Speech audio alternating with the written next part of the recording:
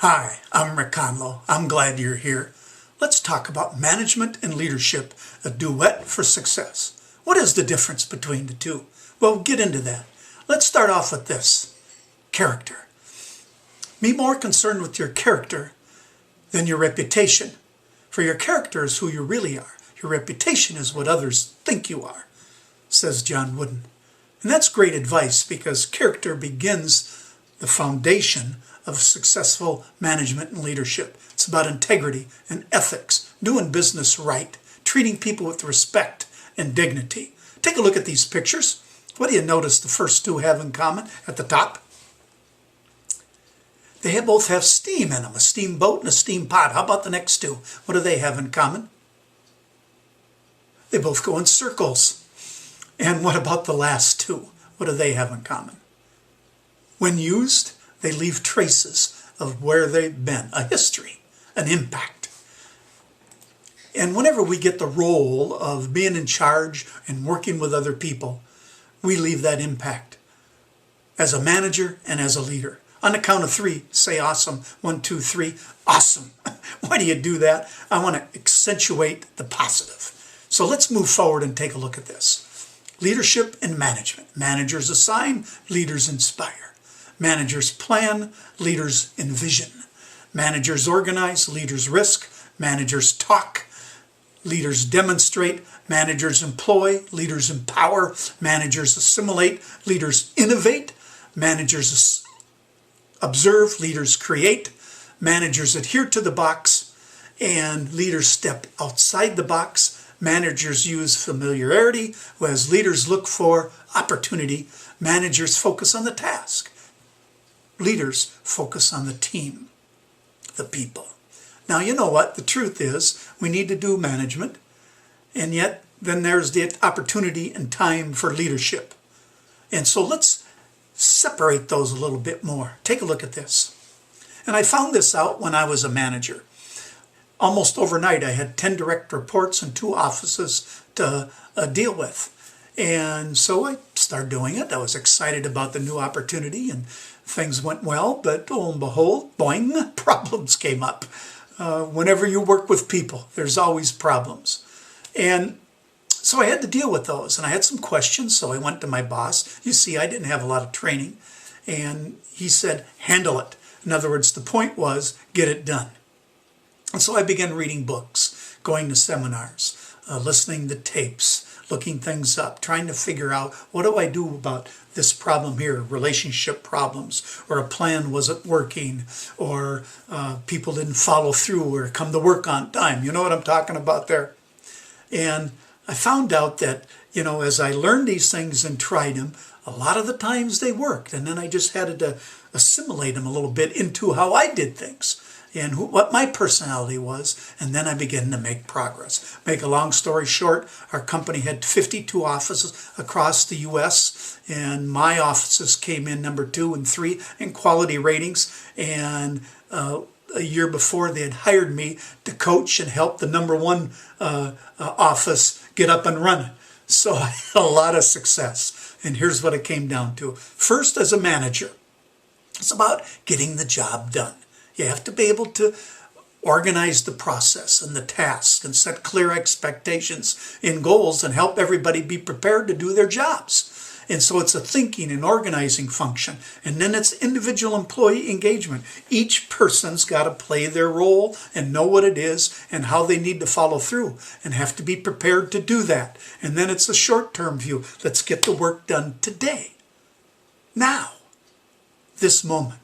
So that's what I had to do as I started off. And then, we began to deal with problems that they came up. We made some progress. We began to build some momentum, and we began to get that done. And you can begin to find where people reach a plateau in their performance. You can see it by your numbers. You can see it with their attitude when things become ho-hum or same old, and then it's time to kick in the leadership.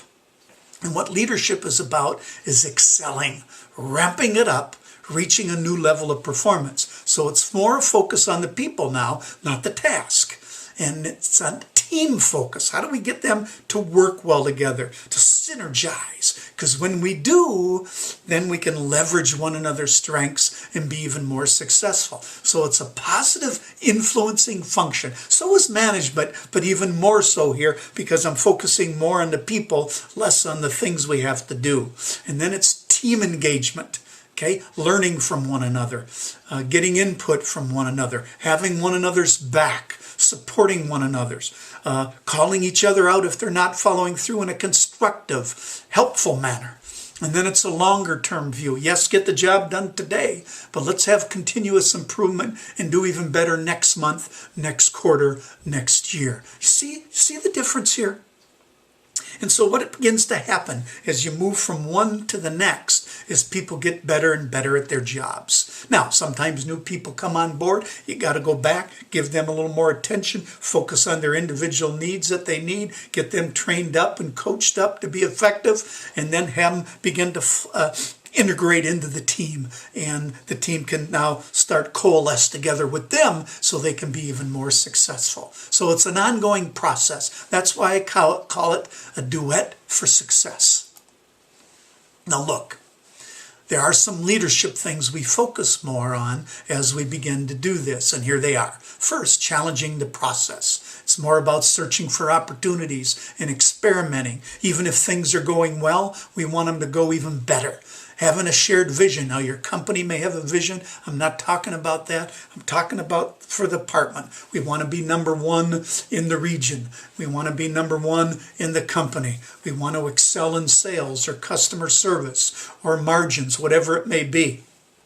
So that's what we're looking at. So yes, it's the goals and plans we're responsible for, but it's more than that. It's doing more training than everybody else. Just read a study that said in small to medium-sized company, the average manager's employees get 6 minutes of training every 6 months. That's ridiculous. Every month we should have, 15 to 20 hours of training or more.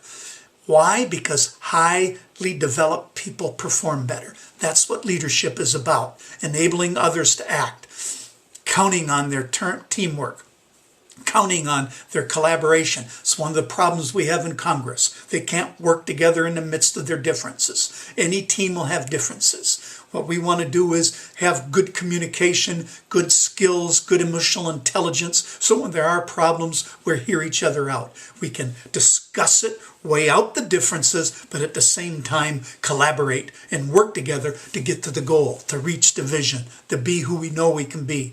And then it's ongoing training and coaching significantly 2 times, 3 times, 4 times, 10 times better than any other manager. We just do it. Why? Because we're capable. People can do incredible things, and I'll share a couple examples with you in a minute. And all the while, we model the way. We lead by example. We walk the talk. We take the criticism.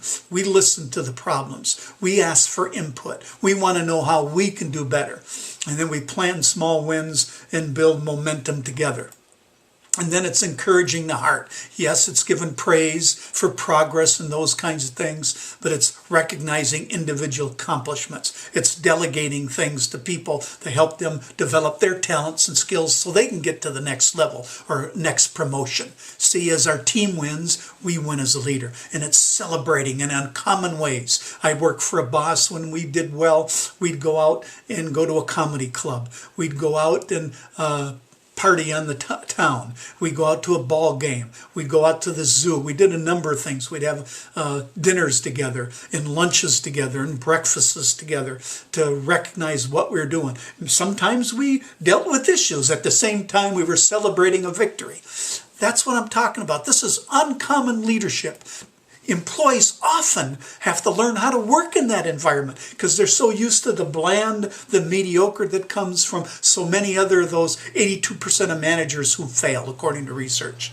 We're talking about leadership with positive influence. It's like leaders without positive influence is like a plane without wings. It just can't fly high.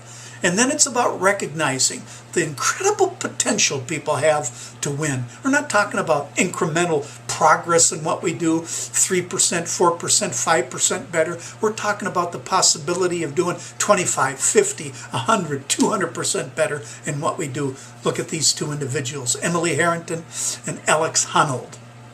They climbed El Capitan straight up. If you've seen it, you'll see a little glimpse of that mountain right here. And they 3,000 feet up, free climbing, without ropes and hooks and things to help them, clamp into the mountain and pull themselves up. They did it with their hands and their grit and their determination. And that's what we do with those elements I just described. We find that in people and help them to discover who they are and the difference they can make, and then they climb that mountain, whatever it may be. They learn they can do the impossible, the incredible. Now, great companies always have focused on employees first, customers second, everything else second or third. Great leaders do the same thing. And that's where we want to get to in our skill abilities. Managers care about the title. Leaders care about the team. I have this vision that soars on golden wings. I visualize your achievements and your legacy that sings. I do not know all about your awesome efforts to raise the bar. I only know you can be the best, a superstar. On a count of 3, say wow. 1, 2, 3, wow. Thank you for coming, and I wish you the best of success.